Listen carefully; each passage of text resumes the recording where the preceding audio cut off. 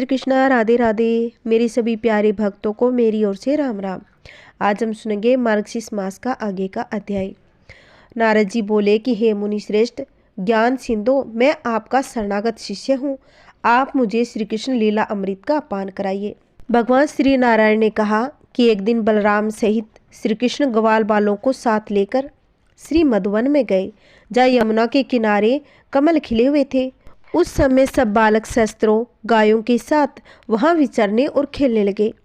खेलते खेलते वे थक गए, उन्हें भूख प्यास सताने लगी। तब सब गोप शिशु बड़ी प्रसन्नता के साथ श्री कृष्ण के पास आए और बोले कि कन्हैया, हमें बड़ी भूख लगी है, हम सेवकों को आज्ञा दो और क्या करें। ग्वाल बालों की बात सुनकर प्रसन्न मुख और नेत्र वाले दयानिदान श्री कृष्ण ने उनसे यह हित कर तथा सच्ची बात कही। श्री कृष्ण बोले, बालको, जहाँ ब्राह्मणों का सुखदायक यज्ञ स्थान है वहां जाओ। जाकर उन यज्ञ तत्पर ब्राह्मणों से शीघ्र ही भोजन के लिए अन्न मांगो। वे सभी अंगिरस गोत्र वाले ब्राह्मण हैं। वो श्रीवन के निकट अपने आश्रम में यज्ञ करते हैं। उन्होंने श्रुतियों और स्मृतियों का विशेष ज्ञान प्राप्त किया है। वे सब निष्प्रिय है, वैष्णव है और मोक्ष की कामना से मेरा ही यजन कर रहे हैं, परंतु माया से आच्छादित होने के कारण उन्हें इस बात का पता नहीं कि योग माया से मनुष्य रूप धारण करके प्रकट हुआ। मैं ही उनका आराध्य देव हूँ।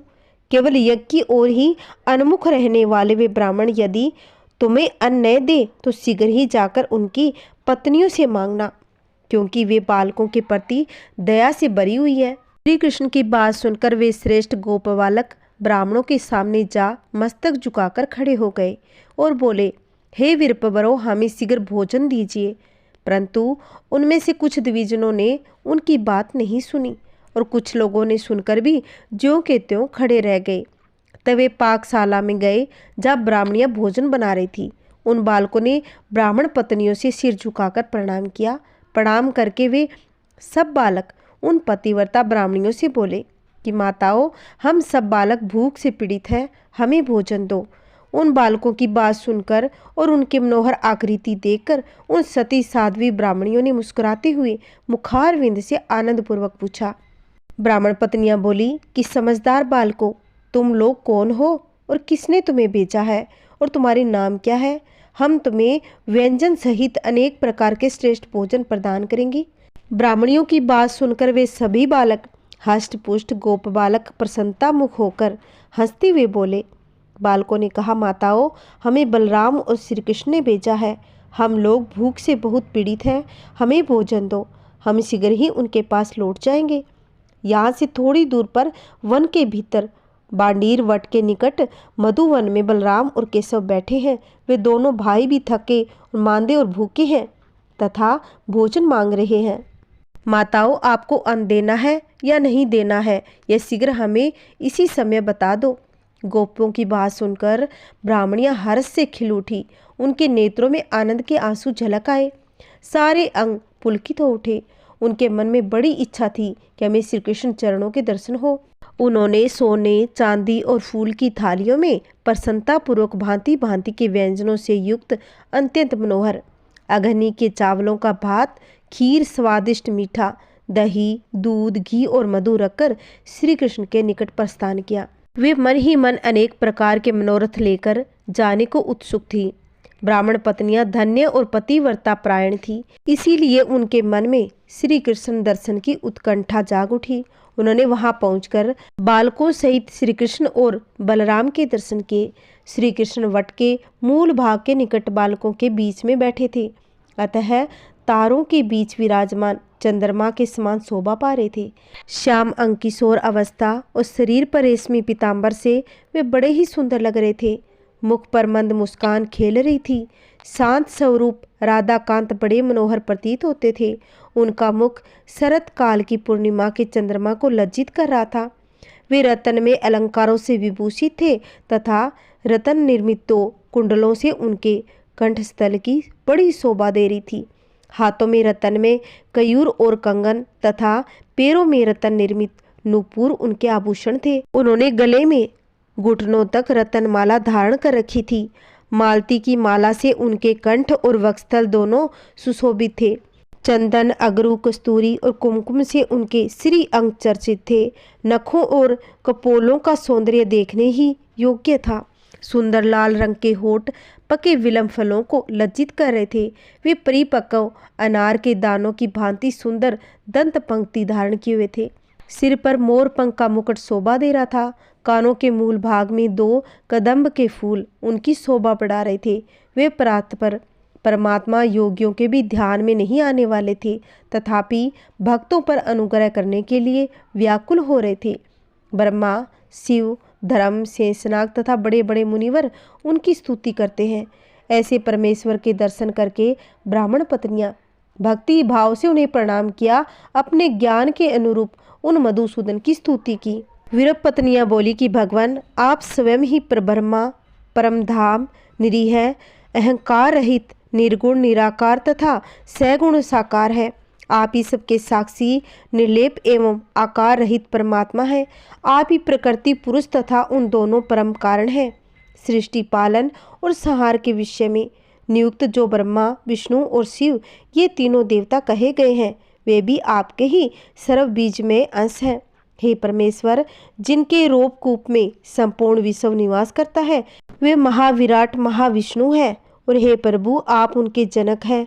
आप ही तेज और आप ही तेजस्वी है, ज्ञान और ज्ञानी है तथा इन सबसे परे है। वेद में आपको अनिर्वचनीय कहा गया है, फिर कौन आपकी स्तुति करने में समर्थ है। सृष्टि के सूत्रभूत को महतत्ववादी एवं पंचतंत्र मात्राएं हैं, वे भी आपसे भिन्न नहीं। आप संपूर्ण शक्तियों के बीज और सर्वशक्ति स्वरूप है, समस्त शक्तियों के ईश्वर है, सर्वरूप है तथा सब शक्तियों के आश्रय है। आप निरीह, स्वयं प्रकाश, सर्वनंदन में तथा सनातन है। अहो, आकारहीन होते हुए भी आप संपूर्ण आकारों से युक्त है। सब आकार आपके ही हैं। आप संपूर्ण इंद्रियों के विषयों को जानते हैं, तो भी इंद्रिय मान नहीं। जिनकी स्तुति करने तथा जिनके तत्व का निरूपण करने में सरस्वती दंडवत हो जाती है। हे महेश्वर, शेषनाग, धर्म और स्वयं विधाता भी जड़ युक्त हो जाते हैं। पार्वती, लक्ष्मी, राधा एवं वेद जननी सावित्री भी जड़ तातों को प्राप्त हो जाती है। फिर दूसरे कौन विद्वान आपकी स्तुति कर सकते हैं। हे प्राणेश्वर, हम स्त्रियां आपकी क्या स्तुति कर सकती हैं। देव, हम पर प्रसन्न हो। दीनबंधो, कृपा कीजिए। यूं कहकर ब्राह्मणियां उनके चरणविंद में पड़ गई। तब श्री कृष्ण ने प्रसन्न मुख एवं नेत्रों से उन सबको अभ्यदान दिया। जो पूजा काल में विप्र पत्नियों द्वारा किए गए इन स्तोत्र पाठ करता है, वह ब्राह्मण पत्नियों को मिली हुई गति को प्राप्त कर लेता है, इसमें संशय नहीं। भगवान श्री नारायण कहने लगे कि नारद, उन ब्राह्मण पत्नियों अपने चरण विंद में पड़ी देख श्री मधुसूदन ने कहा कि देवियों, वर मांगो, तुम्हारा कल्याण होगा। श्री कृष्ण की यह बात सुनकर ब्राह्मण पत्नियां बड़ी प्रसन्न हुई। श्रद्धा से उनका मस्तक झुक गया और वे भक्ति भाव से इस प्रकार बोली। ब्राह्मण पत्नियों ने कहा कि श्री कृष्ण, हम आपसे वर नहीं लेंगी। हमारी अभिलाषा यह है कि आपके चरण कमलों की सेवा प्राप्त हो। अतः आप हमें अपना दास्य भाव तथा परम दुर्लभ सदृढ़ भक्ति प्रदान करें। केशव, हम प्रतिक्षण आपके मुखारविंद को देखते रहे, यही कृपा कीजिए प्रभु। हम अब पुणे घर को नहीं जाएंगी। ब्राह्मण पत्नियों की यह बात सुनकर करुणा निधान त्रिलोकीनाथ श्री कृष्ण ने बहुत अच्छा कहकर उनकी प्रार्थना स्वीकार कर ली। फिर वे बालकों की मंडली में बैठ गए। तदंतर ब्राह्मण पत्नियां उन्हें सुधा के समान मधुर अन्न प्रदान किया। भगवान ने उस अन्न को लेकर गोप बालकों को भोजन कराया और स्वयं भी भोजन किया। इसी समय विरप पत्नियों ने देखा कि आकाश से एक सोने का बना हुआ श्रेष्ठ विमान उतर रहा है। उसमें रत्न में दर्पण लगे हैं। उसके सभी उपकरण रत्नों से सार तत्व से बने हुए हैं। वह रत्नों के खंभों से आबंद है तथा उत्तम रत्न में कलशों से वह और भी उज्जवल जान पड़ता है। उसमें श्वेत चंवर लगे हुए हैं। अग्नि शुद्ध दिव्य वस्त्र उसकी शोभा बढ़ाते हैं। उस विमान को पारिजाति के फूलों की मालाओं के जाल से सजाया गया है। उसमें 100 पहिए हैं और मन के समान वेग से चलने वाला वह विमान बड़ा मनोहर है। वनमाला से विभूषित दिव्य पार्षद उसे सब ओर से घेरे खड़े हैं। उन पार्षदों ने पीताम्बर पहन रखा है। वे रत्न में अलंकारों से अलंकृत, नूतन यौवन से संपन्न, श्याम कांति वाले परम मनोहर है, 2 भुजाओं से युक्त तथा गोप वेशधारी हैं। उनके हाथों में मुरली है। उन्होंने मोर पंख और गुंजा की माला से आबंद टेढ़े मुकुट धारण कर रखे हैं। वे रथ से तुरंत ही उतरकर श्री हरि के चरणों में प्रणाम करके ब्राह्मण पत्नियों से बोले, आप लोग इस विमान पर चढ़कर जाएं। ब्राह्मण पत्नियां श्री कृष्ण को नमस्कार करके मनवांछित गोलोक में जा पहुंची। वे मानव देह का त्याग करके तत्काल दिव्य गोपी हो गई। उसके बाद श्री हरि ने वैष्णवी माया के द्वारा उनकी छाया का निर्माण करके स्वयं ही उन्हें ब्राह्मणों के घरों में भेज दिया। ब्राह्मण लोग अपनी पत्नियों के लिए मन ही मन में उदास हो रहे थे। वो सब और उनकी खोज कर रहे थे। इसी समय रास्ते में उन्हें अपनी पत्नियां आती दिखाई दी। उन्हें देखकर सब ब्राह्मणों के मुख और नेत्र प्रसन्नता से खिल उठे, संपूर्ण अंग पुलकित हो गए। वे विनय पूर्वक उनसे बोले कि ब्राह्मणों ने कहा, अहो तुम सब लोग परम धन्य हो, क्योंकि तुमने साक्षात परमेश्वर के दर्शन किए। हमारा जीवन व्यर्थ है, हम लोगों का वेद पाठ और निर्थक है। वेद और पुराण में सर्वत्र विद्वानों द्वारा श्री हरि की समस्त विभूतियों का वर्णन किया गया है। सबके जनक श्री हरि है। तप जप व्रत ज्ञान और वेद अध्ययन पूजन तीर्थ स्नान और उपवास सबके फलदाता श्री कृष्ण है। जिसने श्री कृष्ण की सेवा कर ली उसे तपस्याओं के फलों से क्या प्रयोजन है। जिसे कल्प वृक्ष की प्राप्ति हो गई हो वह दूसरे किसी वृक्ष को लेकर क्या करेंगे। जिसके हृदय में श्री कृष्ण विराजमान है उसे यज्ञ आदि कर्मों के अनुष्ठान की क्या आवश्यकता है। जिसने समुद्र को पी लिया उसके लिए कुआं लांघने में क्या पुरुषार्थ है। ऐसा कहकर ब्राह्मण लोग उन श्रेष्ठ कामिनियों के साथ हर्षपूर्वक अपने घर को लौट आए। उनके साथ आनंद पूर्वक रहने लगे। उन सब का क्रीड़ा में तथा अन्य सब कर्मों में पहले वाली स्त्रियां की अपेक्षा अधिक प्रेम और उदार भाव प्रकट होता है, परंतु माया शक्ति से प्रभावित होने के कारण ब्राह्मण लोग उसका अनुमान नहीं लगा पाते। उधर सनातन पूर्ण ब्रह्मा नारायण स्वरूप श्री कृष्ण बलराम तथा ग्वाल बालों के साथ शीघ्र ही अपने घर को चले गए।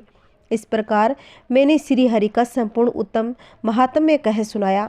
इसे हमें पूर्व काल में अपने पिता धर्म के मुख से सुना था। हे नारद, अब तुम और क्या सुनना चाहते हो। नारद जी ने पूछा कि हे भगवान, किस पुण्य के प्रभाव से उन ब्राह्मण पत्नियों को ऐसी गति प्राप्त हुई जो बड़े बड़े मुनिवरों योगी सिद्ध पुरुषों के लिए भी दुर्लभ है। पूर्व काल में ये पुण्यवती स्त्रियां कौन थी और किस दोष से इस भूतल पर आई थी। मेरी संदेह का निवारण करने वाली बात कहिए। भगवान श्री नारायण बोले कि नारद, ये देवियां सप्त ऋषियों की सुंदर रूप गुण संपन्न पतिव्रता स्त्रियां थीं। एक बार नलदेव ने इनका अंग स्पर्श कर लिया। इसे सप्त ऋषियों अंगिरा को बड़ा शोभ हुआ। उन्होंने अग्नि को सर्वभक्ष्य होने का था इन पत्नियों को मानुषी योनियों में जाने का शाप दे दिया। ये सब रोती हुई बोली, हम लोग निर्दोष है, पतिव्रता है, हमारा त्याग न करे। आप हम डरी हुई अबला को अभय प्रदान करें। इनके करुण और मुनियों को दया आ गई। वे भी दुखी हो गए। अंत में उन्होंने कहा कि तुम्हें मानुषी योनि में जाना तो होगा, परंतु तुम्हें वहाँ साक्षात भगवान श्री कृष्ण के दर्शन प्राप्त होंगे। उनके दर्शन होते ही तुम गोलोक में चली आओगी। फिर श्री हरि अपनी योग माया से तुम लोगों की छाया मूर्ति का निर्माण करेंगे। वे तुम्हारे छाया मूर्तियाँ कुछ समय तक उन ब्राह्मणों के घरों में रहकर फिर हमारे यहाँ लौट आओगी। इस प्रकार तुम अपने छाया अंश से पुनः हमारी पत्नियां हो जाओगी। अतएव यह हम मेरा साप तुम्हारे लिए वरदान से भी उत्कृष्ट है। ऐसा कहकर वे मुनि चुप हो गए। उनके मन में इसके लिए बड़ा दुख था कि वे स्त्रियां सापवश भूतल पर आकर उन ब्राह्मण पत्नियां हुई और श्री हरि को भक्ति भाव से अन्न समर्पित करके वे अपने धाम को चली गई। निश्चय ही उनका साप उनके लिए श्रेष्ठ संपत्तियों से भी अधिक महत्वशाली हुआ। नीच पुरुषों से मिली हुई संपत्ति भी निंदनीय है, किंतु महात्मा पुरुष से प्राप्त हुई विपत्ति भी श्रेष्ठ है। अहो, साधु पुरुषों का शोक तत्काल ही उपकार में बदल जाता है। विपत्ति के बिना भूतल पर किसी की महिमा कैसे प्रकट हो सकती है। पतियों के परित्याग से भूमि पर उत्पन्न हुई ब्राह्मण पत्नियां श्री हरि के दर्शन से सदा के लिए भवबंधन से मुक्त हो गई। इस प्रकार मैंने श्री हरि के उस उत्तम चरित्र को पूर्ण रूप से कह सुनाया उन पुण्यवती ब्राह्मणियों के मोक्ष की यह मनोरम कथा अद्भुत है। हे वीरपवर, श्री कृष्ण की लीला कथा पद पद में नई नई जान पड़ती है। इसे सुनने वालों को कभी तृप्ति नहीं होती। भलाशय कल्याणमयी कथा के श्रवण से कौन तृप्त होता है। मैंने पूज्य पिताजी के मुख से जितना रमणीय भगवत चित्र सुना था उसका वर्णन किया। अब तुम अपनी इच्छा बताओ, फिर क्या सुनना चाहते हो। नारद जी ने कहा, कृपा निदान हे जगदीश्वर, आपके पूर्व काल में पिता के मुख से श्री कृष्ण के जो मंगलमयी लीलाएं सुनी वे हम सब सुनना चाहते हैं। सूत जी कहते हैं कि सोनक देव ऋषि का यह वचन सुनकर भगवान नारायण ने स्वयं ही श्री कृष्ण महिमा के अन्यायी प्रसंग का वर्णन आरंभ कर दिया। आगे की कथा हम कल की वीडियो में रसपान करेंगे। जय श्री कृष्णा, राधे राधे। उम्मीद करती हूँ कि आपको मेरी कही हुई कथा अच्छी लगती होगी। अगर आपने अभी तक मेरे चैनल को सब्सक्राइब नहीं किया है तो प्लीज़ मेरे चैनल को सब्सक्राइब करके रखें, जिससे आने वाली वीडियो की नोटिफिकेशन आपको मिल जाएगी। और मेरे चैनल को ज़्यादा से ज़्यादा शेयर करें, लाइक करें और कमेंट में जय श्री कृष्ण अवश्य लिखें। मेरे सभी प्यारे भक्तों, मेरी ओर से राम राम। मेरे सभी प्यारे भक्तों पर भगवान श्री कृष्ण की कृपा सदा सर्वदा बनी रहे। जय श्री कृष्ण, राधे राधे।